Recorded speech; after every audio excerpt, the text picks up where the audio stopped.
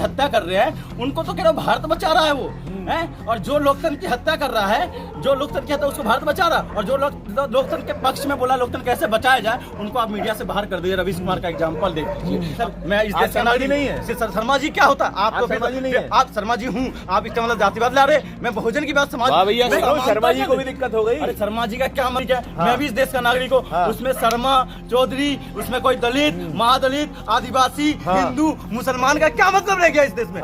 लोकतंत्र का मतलब है सेकुलर देश, और सेकुलर देश में सबको समानता का अधिकार है अपनी बात रखने का। लेकिन इस देश में मैं इस अकेला गया, अपने मीडिया को बाइट दे रहा था, उन्होंने क्या कहा, आप आंदोलन को, आपको क्या दिक्कत है? आप युवाओं के साथ क्या हो रहा है? वो रोजगार के लिए जा रहा है तो उसको देश विरोधी घोषित कर देते हो। आज उत्तर प्रदेश के अंदर पीटी का एग्जाम देने के लिए गया है तो कोई सुविधा ही नहीं था, और गाड़ी में देखा आपने, इंडेक्स देखा, भूख इंडेक्स में देखा आपने, हंगरी इंडेक्स 100 से ऊपर है, बांग्लादेश और पाकिस्तान आपसे ऊपर है। आप इस पे बात नहीं करेंगे, नहीं चलना चाहिए, ये तो संविधान की हत्या है। फिर तो न्यायालय को बंद कर दो, और क्या न्यायालय बंद करो या बुलडोजर बंद करो। आपको बात रखने का हक लोकतंत्र ने और संविधान ने और सदन ने दिया है, लेकिन इसका मतलब नहीं कि तानाशाही से लागू कर दो आपने। अरे भैया भोले भाले किसान थे तो आपने फतेहपुर सिकरी में अजय चैनी का लड़का और अजय चैनी का पूरा गैंग, लखीमपुर खीरी में पूरा गैंग ने किसानों के ऊपर थार चला दिया और हत्या हो गई, और उनके ऊपर अभी तक कोई कार्रवाई नहीं हुआ, और आप फिर भोले भाले किसानों को समझा नहीं पाए, और बाद में अपने किसान बिल वापस भी ले लिया, और इसी किसानों को दिल्ली में किला की तरह आपने घेराबंदी कर दिया था और आने के लिए मना कर दिया था है। और आप दोहरी नीति क्यों अपना रहे? एक नीति अपनाओ ना।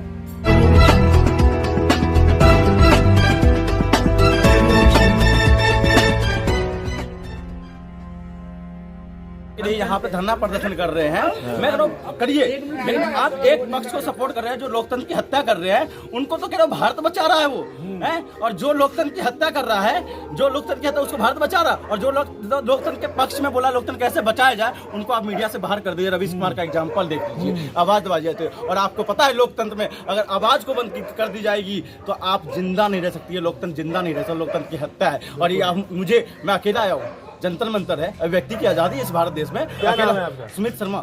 अच्छा, मैं अकेला कहीं भी घूम सकता हूँ, लेकिन मैं अकेला, मैं 4 लोग। शर्मा जी को भी यूनिफॉर्म सिविल कोड से दिक्कत है। शर्मा जी क्या होता है? सर मैं इस देश का नागरिक नहीं है। शर्मा जी क्या होता है? आप तो शर्मा जी नहीं है। आप शर्मा जी हूँ, आप इसका मतलब जातिवाद ला रहे। मैं बहुजन की बात समाज भैया शर्मा जी बोलने गलत नहीं है। आपने कहा शर्मा जी हो के, आपने क्या बोला? मैं गॉड जी हूँ, आप शर्मा जी हो, क्या दिक्कत है? कोई दिक्कत ही नहीं, वही तो मैं कोई दिक्कत ही नहीं है। मैं बोल रहा हूँ शर्मा जी को भी दिक्कत हो गई। अरे शर्मा जी का क्या मतलब है? मैं भी इस देश का नागरिक हूँ। उसमें शर्मा चौधरी, उसमें कोई दलित, महादलित, आदिवासी, हिंदू, मुसलमान का क्या मतलब रह गया इस देश में?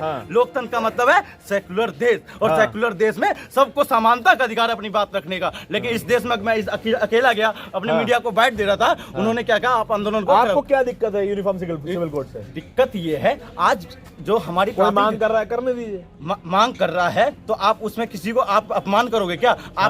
आप युवाओं के साथ क्या हो रहा है? वो रोजगार के लिए जा रहा है तो उसको देश विरोधी घोषित कर देते हो। आज उत्तर प्रदेश के अंदर पीटी का एग्जाम देने के लिए गया है तो कोई सुविधा ही नहीं था, और जब उन्होंने कहा था ये गए फॉर्म क्यों फिल किया, सब सरकार का बयान है, उन्होंने फॉर्म फिल क्यों किया भैया? और कोई सिविल कोड से मतलब यूनिफॉर्म सिविल कोड, अभी ये क्या कर रहा है, विवाह के लिए बच्चा को गोद लेना, ये फलाना ढिंगाना जो भी है, मतलब अभी वर्तमान स्थिति क्या है भारत की स्थिति? बेरोजगारी में देखा आपने, इंडेक्स देखा, भूख इंडेक्स में देखा आपने, हंगरी इंडेक्स 100 से ऊपर है, बांग्लादेश और पाकिस्तान आपसे ऊपर है। आप इस पे बात नहीं करेंगे। आप देश में लोकतंत्र को, जज क्या कहता है, पटना हाईकोर्ट का जज ने क्या कहा था आपको पता है? कि बुलडोजर नहीं चलना चाहिए, ये तो संविधान की हत्या है। फिर तो न्यायालय को बंद कर दो, और क्या न्यायालय बंद करो या बुलडोजर बंद करो।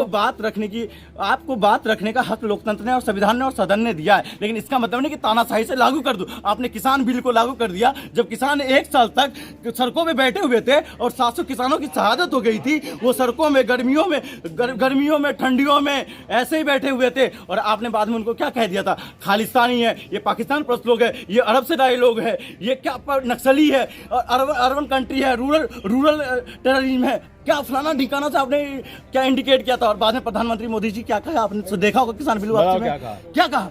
मैंने भोले भाले किसानों को समझा नहीं पाए।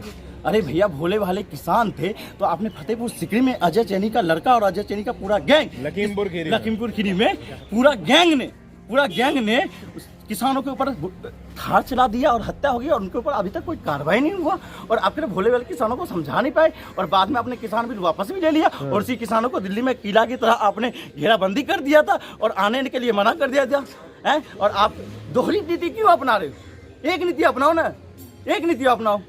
आप किस चीज के लिए आए थे? भारत को विश्व गुरु बनाने के नाम के आए थे, भारत को टुकड़े टुकड़े करने के लिए नहीं आए थे। आप कितना अखंड भारत की बात करते हैं, हर बात में मुसलमान आ जाता है, हर बात पे पाकिस्तान आ जाता है। भारत की बात अगर मैं कॉलेजों में जाऊंगा, अगर मैं बात करूंगा चांसलर कोई अन्याय का काम करता है तो वहां भी हिंदू आ जाता है। अरे भैया शिक्षण संस्थान में हिंदू मुसलमान कब से आ गया भैया?